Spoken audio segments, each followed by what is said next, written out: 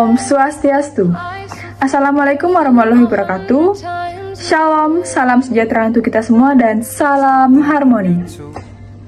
Perkenalkan, nama saya Sangayu Putu Oktamayani dengan NIM 221601090. Baik, di sini saya akan memaparkan materi tentang konsep pendidikan luar sekolah. Langsung saja, rekan-rekan tahu nggak sih apa itu pendidikan luar sekolah?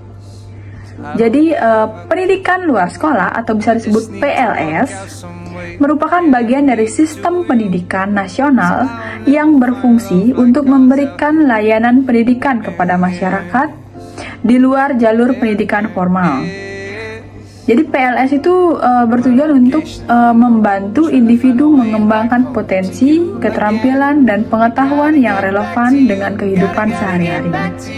Jadi pendidikan luar sekolah itu dapat diartikan sebagai segala bentuk kegiatan pendidikan yang terencana dan terarah di luar sistem persekolahan formal, dengan tujuan yang seperti saya sebutkan tadi, itu mengembangkan potensi, keterampilan, serta kemampuan masyarakat dalam berbagai aspek kehidupan.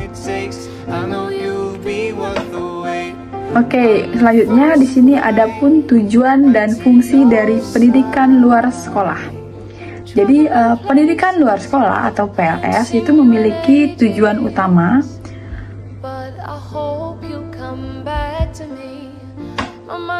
memberikan kesempatan belajar bagi semua kalangan untuk mengembangkan potensi diri, keterampilan, dan kemandirian. Nah, pendidikan luar sekolah itu mendukung prinsip lifelong learning dengan membantu masyarakat beradaptasi terhadap perubahan zaman, berdaya saing, serta berperan aktif dalam pembangunan sosial, ekonomi, dan budaya. Nah, di sini ada beberapa fungsi dari pendidikan luar sekolah. Nah, yang pertama itu ada fungsi komplementer. Jadi, fungsi komplementer itu melengkapi pendidikan formal dengan memberikan pengetahuan, keterampilan, dan pengalaman praktis yang tidak diperoleh di sekolah formal.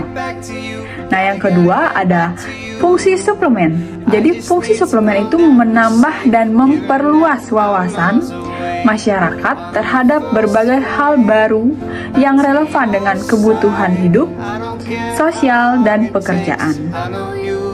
Nah, yang ketiga itu ada fungsi substitusi. Jadi, fungsi substitusi itu menjadi alternatif pendidikan bagi masyarakat yang tidak memiliki kesempatan mengikuti pendidikan formal, sehingga mereka tetap dapat memperoleh pengetahuan dan keterampilan dasar melalui pendidikan luar sekolah. Nah, yang keempat, itu fungsi terakhir ada fungsi pemberdayaan. Jadi, fungsi pemberdayaan itu bertujuan untuk mengembangkan potensi individu dan kelompok agar mampu hidup mandiri, berpartisipasi aktif dalam masyarakat, dan meningkatkan kesejahteraan hidupnya. Nah, baik, berikut ada karakteristik dari pendidikan luar sekolah. Ada beberapa karakteristiknya itu. Yang pertama itu ada bersifat fleksibel dan kontekstual. Jadi, pendidikan luar sekolah itu bisa menyesuaikan waktu, tempat, dan materi pembelajaran dengan kebutuhan serta kondisi peserta didiknya. Nah, yang kedua ada terbuka bagi semua usia dan latar belakang. Jadi, siapapun bisa belajar tanpa batasan umur, pendidikan, atau status sosial. Itu yang dimaksud dari terbuka bagi semua usia dan latar belakang masyarakat atau peserta didiknya. Nah, yang ketiga ada berorientasi pada kebutuhan nyata masyarakat. Jadi, maksudnya itu materi pembelajaran disusun berdasarkan masalah dan kebutuhan yang benar-benar ada di lingkungan masyarakat. Nah, yang keempat ada mengutamakan pendekatan partisipatif dan praktik langsung. Jadi, peserta didik itu dilibatkan aktif dalam proses pembelajaran dan lebih banyak belajar melalui pengalaman nyata mereka di kehidupan sehari-harinya. Nah, yang terakhir ada menekankan pengembangan keterampilan hidup dan kemandirian. Jadi pendidikan luar sekolah membantu peserta didik menguasai keterampilan praktis dengan tujuan agar mereka mampu mandiri dan menghadapi tantangan dalam kehidupan sehari-harinya nanti. Nah, itu termasuk dalam karakteristik pendidikan luar sekolah. Baik, untuk selanjutnya bisa dilihat di sini ada bentuk dari pendidikan luar sekolah. Yang pertama ada pendidikan anak usia dini atau PAUD.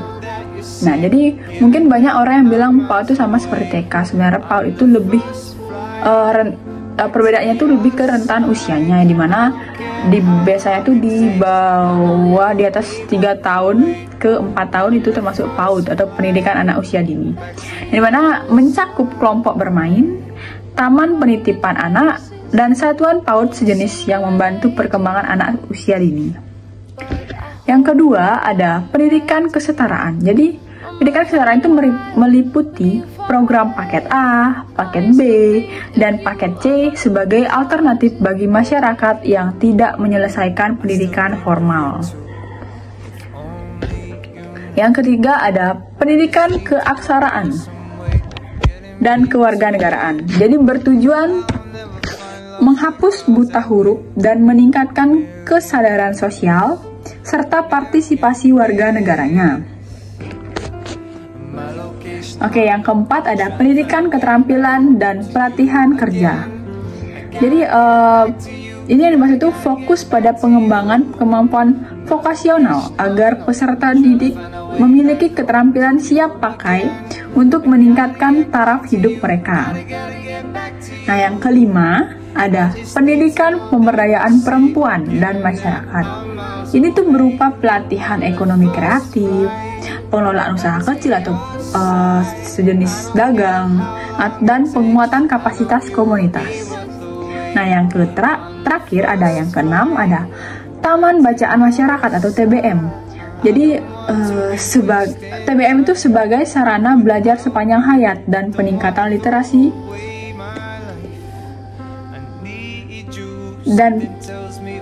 dan peningkatan literasi masyarakat di berbagai daerah. Kalau sekarang tuh banyak seperti ada perpustakaan berjalan, itu termasuk taman bacaan masyarakat. Itu sudah banyak di kota-kota besar.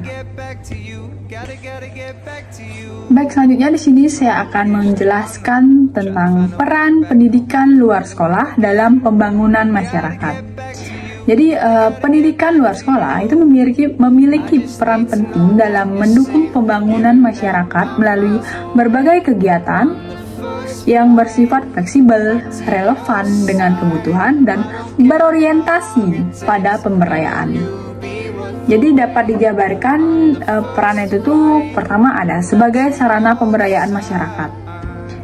Jadi pendidikan luar sekolah itu membantu masyarakat memperoleh keterampilan, pengetahuan, dan sikap mandiri melalui program seperti pelatihan kerja, kewirausahaan, dan keaksaraan fungsional. Jadi masyarakat tuh didorong untuk mampu meningkatkan kualitas hidupnya. Jadi pemberdayaan ini tuh membantu masyarakat mengurangi ketergantungan dan menciptakan peluang ekonomi sendiri. Seperti saya katakan tadi, bisa membuka bisnis dagang kecil-kecilan seperti itu. Nah, yang kedua ada sebagai upaya pemerataan kesempatan belajar. Nah, pendidikan luar sekolah memberikan akses belajar kepada masyarakat yang tidak dapat mengikuti pendidikan formal. Jadi program itu bersifat terbuka dan dapat diikuti oleh berbagai kalangan tanpa batasan usia, waktu, maupun tempat. Jadi mereka bisa melakukan pendidikan luar sekolah itu di mana-mana sesuai dengan lingkungan mereka masing-masing. Jadi hal ini tuh mendukung prinsip pendidikan sepanjang hayat dan pendidikan untuk semua. Nah, yang ketiga ada peran tuh sebagai sarana peningkatan kesadaran sosial. Jadi melalui kegiatan seperti penyuluhan dan pelatihan komunitas, masyarakat tuh diajak berpikir kritis terhadap permasalahan sosial di lingkungannya. Yang dimana pendidikan luar sekolah membantu membentuk sikap peduli, gotong royong, dan tanggung jawab sosial dalam masyarakat. Yang keempat itu ada sebagai pendukung pembangunan ekonomi dan sosial. Jadi program pendidikan luar sekolah biasanya itu berkontribusi dalam meningkatkan keterampilan kerja masyarakat. Jadi dengan meningkatnya kompetensi, masyarakat mampu memperoleh pekerjaan, mengurangi pengangguran, dan dapat menambah pendapatan keluarga mereka masing-masing. Jadi hal ini tuh berdampak langsung terhadap peningkatan kesejahteraan dan kemandirian ekonomi masyarakat. Nah, yang terakhir, peran itu sebagai wadah pembentukan masyarakat mandiri dan berdaya saing. Jadi PLS atau pendidikan luar sekolah itu menumbuhkan masyarakat yang adaptif terhadap perubahan zaman. Masyarakat menjadi lebih inovatif, produktif, dan mampu bersaing di era global. Nah, kelima tersebut merupakan peran dari pendidikan luar sekolah dalam pembangunan masyarakat. Jadi dapat saya simpulkan dari materi tentang konsep pendidikan luar sekolah, yang dimana pendidikan luar sekolah atau PLS itu adalah bagian dari sistem pendidikan nasional yang memberikan kesempatan bagi masyarakat di luar jalur pendidikan formal. Jadi pendidikan luar sekolah itu bertujuan untuk mengembangkan potensi, keterampilan, dan kemandirian masyarakat melalui program yang fleksibel dan berbasis kebutuhan. Jadi dengan fungsi melengkapi, menambah, mengganti, dan memberdayakan pendidikan formal, pendidikan luar sekolah itu berperan penting dalam pemerataan kesempatan belajar, peningkatan kualitas hidup, serta pembangunan masyarakat yang mandiri dan berdaya saing. Nah, itu merupakan kesimpulan dari materi saya hari ini tentang konsep pendidikan luar sekolah. Baik, itu saja yang saya dapat sampaikan. Jika saya ada salah kata, saya mohon maaf.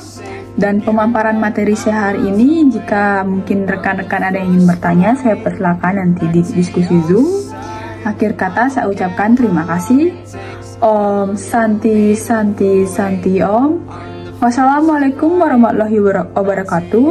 Salam sejahtera untuk kita semua, dan salam harmoni. Terima kasih.